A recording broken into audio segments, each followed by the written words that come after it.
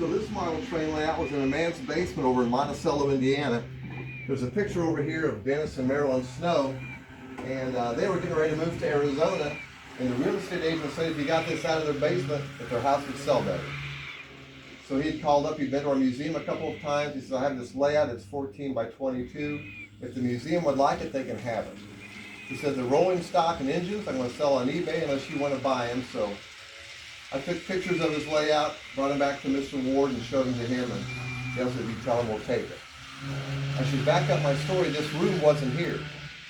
And so I said, Dale, what are you going to put 14 by 22? He goes, well, at home, I have all this, I got these extra lanterns and china and silver things I want to sell, but no place to sell it. So I said, I'm going to build a room big. And that stuff used to be on the other side of this wall until about 2 years ago.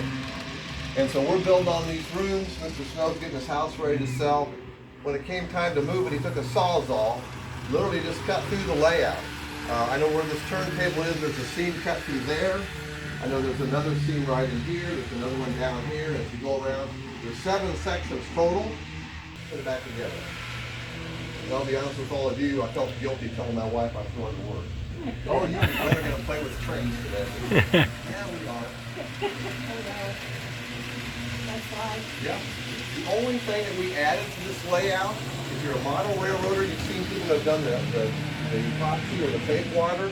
Down here by the gate, Glenn thought would be cool, with running water.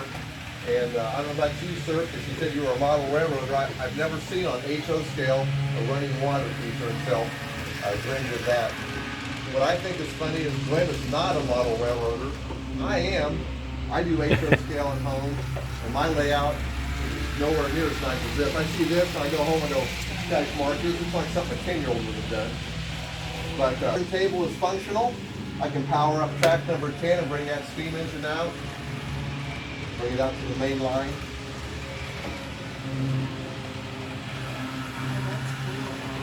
Mr. Snow shared with me, he got this section from another man that wasn't finished. That's what got him started. Took it down to his basement. He worked on this for about 9 years. He'd come back and see it. Know that we didn't sell it or butcher it up or give it away. And we ended up buying his 200 rail cars for 20 inches because it kind of went with this set.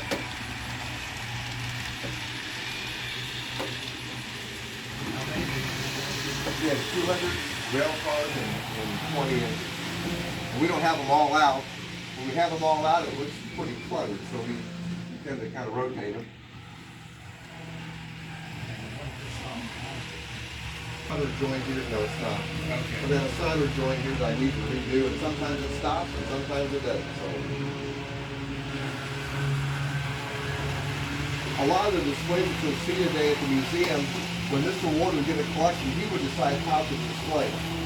When we got this, he was a little flustered because it's so detailed. It's like, and he wanted to do something to try to enhance it. So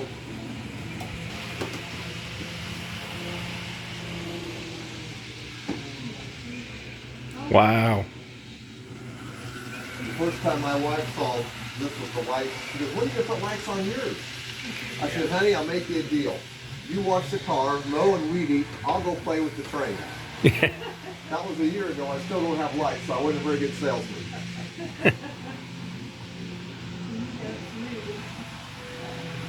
I got lights on the engines, but then I didn't do that. But it came that way. So.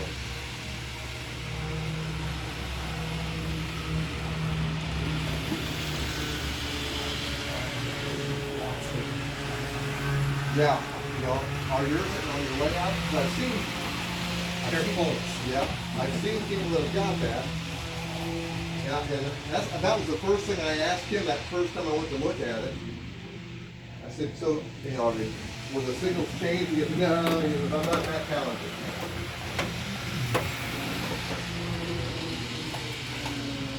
My girlfriend's father is dead, but he's an electrician. Yeah, yeah.